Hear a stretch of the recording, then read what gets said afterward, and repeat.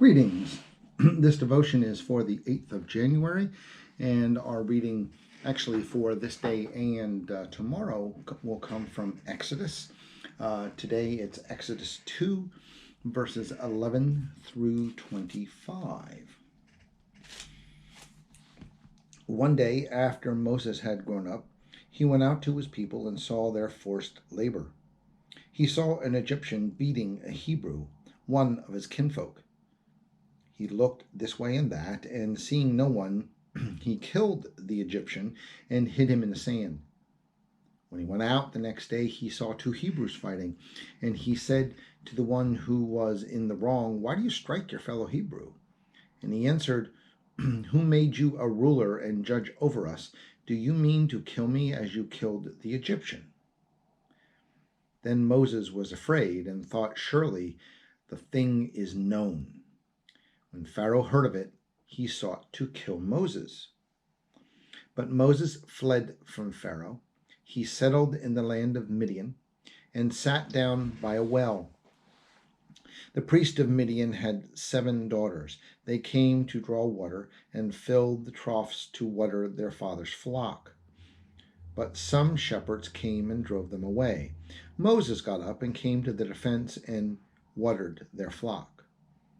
When they returned to their father Reuel, he said, "How is it you have come back so soon today?"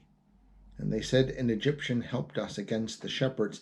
He even drew water for us and watered the flock." He said to his daughters, "Where is he? Why do you leave the man? Invite him to break bread."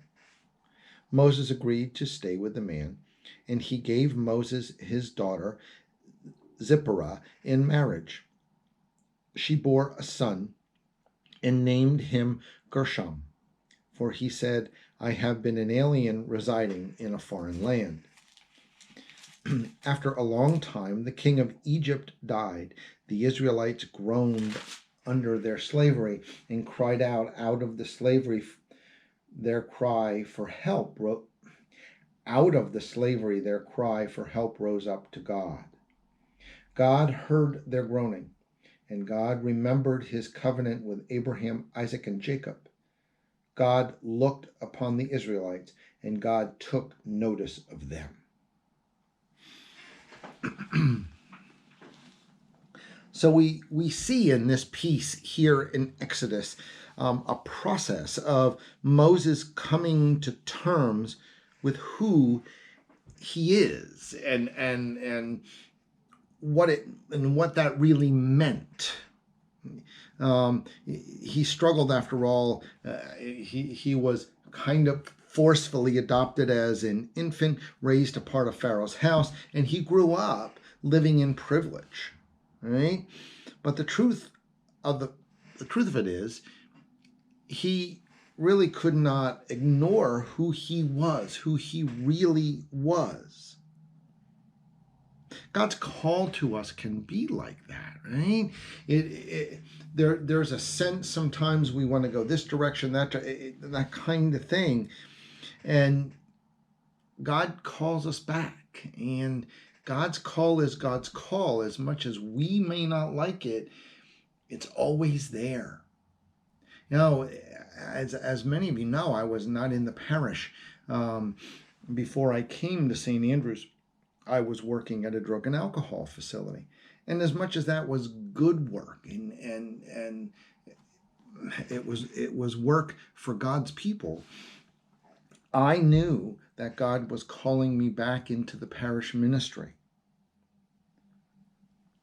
And that is one of the reasons I believe that God married us together at St. Andrews.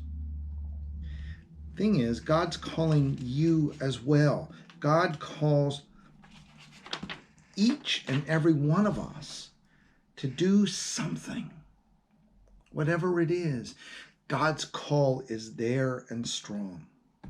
Our challenge is always to listen to and answer God's call. Please join me in the Lord's Prayer. Our Father, who art in heaven, hallowed be thy name. Thy kingdom come, thy will be done on earth as it is in heaven.